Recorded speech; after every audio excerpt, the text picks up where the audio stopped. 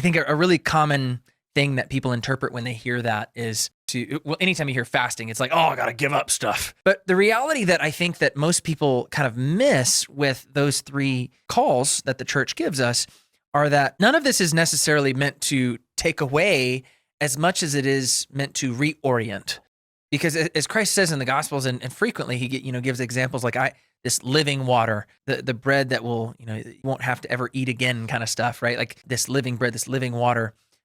He makes a new covenant in his blood and recognizes that he is the true flesh. He is the true food, the true drink.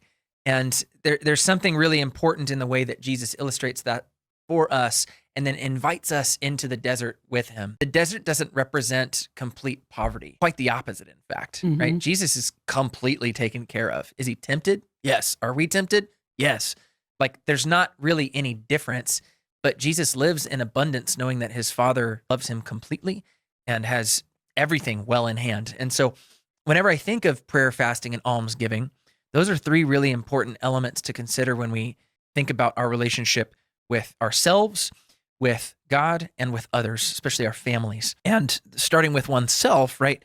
To fast from one's looking at oneself is something that I think is really, really poignant during the fall, right? The very first thing that Adam and Eve do when they recognize after they've eaten the fruit of the knowledge of good and evil, the very first thing they do in the next verse is they recognize that they're naked, right? And the only way to recognize that you're naked is for you to acknowledge yourself, right? So to fast from one's self does not necessarily mean to not take care of one's self, right? But it's to recognize that our sustenance, our goodness comes from without, not from within.